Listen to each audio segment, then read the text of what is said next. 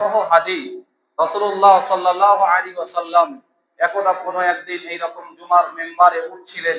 তিনি প্রথম সিঁড়িতে বললেন আমিন, দ্বিতীয়বারও তিনি বললেন আমিন, তৃতীয় ধাপ বা তৃতীয় সিঁড়িতেও বললেন আমিন। এখন আপনি বলতে পারেন মেম্বার তো হয় তিন ধাপি, তো তিন ধাপিতে চেপে তাহলে তিনি কি করে খুতবা দিলেন?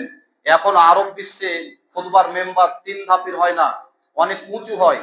ধরে নেন যে আমার মতো 6 ফিট লম্বা 7 ফিট লম্বা মানুষ উঁচানো হয়, 7 ফিট 8 ফিট উঁচা মেম্বার হয়। আর 1,500 2,000 4,000 মানুষের সামনে সেই সময় খুতবা দিতে গেলে এক বিদ্যা বা 1 ফুট উঁচুতে খুতবা দিলে মানুষ তো দেখতে পাবে না, তাই মেম্বার ছিল অনেক উঁচু। কথাটা ক্লিয়ার তো? তো এবার তিনি আমিন বললেন। খুতবা শেষ যখন হলেন, সাহাবীরা জিজ্ঞাসা করলেন, ইয়া রাসূলুল্লাহ, আপনি এমন বিষয়টা তো কোনোদিন আপনার থেকে আমরা পরিলক্ষিত হয়নি, আপনার কাছ থেকে এমন বিষয়টা তো আমরা দেখিনি, ফলে আমিন কেন বললেন?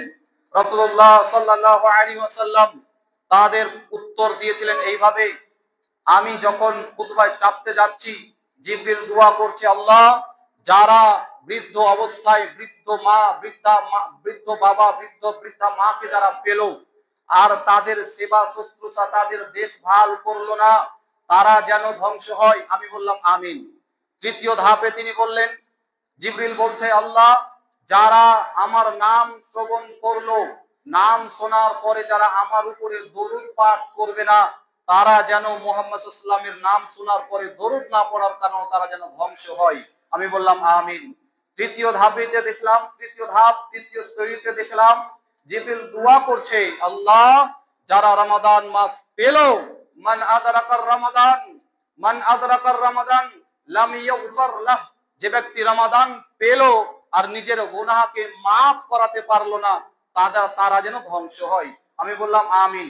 অর্থাৎ রাসূলুল্লাহ সাল্লাল্লাহু আলাইহি ওয়াসাল্লাম যে কথাটা ক্লিয়ারলি বলতে চাচ্ছেন যে রমাদান আমার উম্মত পাবে, রমাদান আমার উম্মতের সামনে আসবে, রমাদান চলে যাবে, তার জীবনের গুনাহ থেকে যাবে, এটা তিনি বিশ্বাস করতে পারছিলেন না। এটা তিনার ভাবনাতে ছিল না।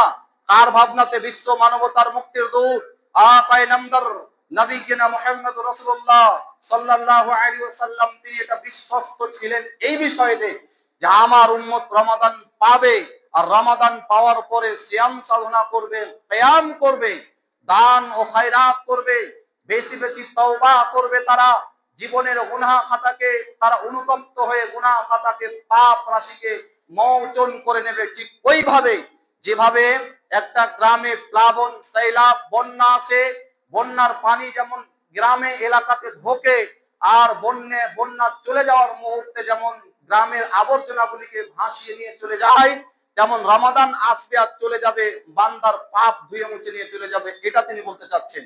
রমাদান পাবেন আর গুনাহ মাফ হবে না, এটা তিনি ভাবছিলেন না। অতএব বিষয়টি খুবই জটিল এবং কঠিন হলেও আপনি আমি খুব এটাকে ভাইটাল বিষয় মনে করি না, সহজ বিষয় মনে করি। ইচ্ছা হয়তো রাখলেন, না হয়তো না রাখলেন রমাদানের সিয়াম ফরজ করার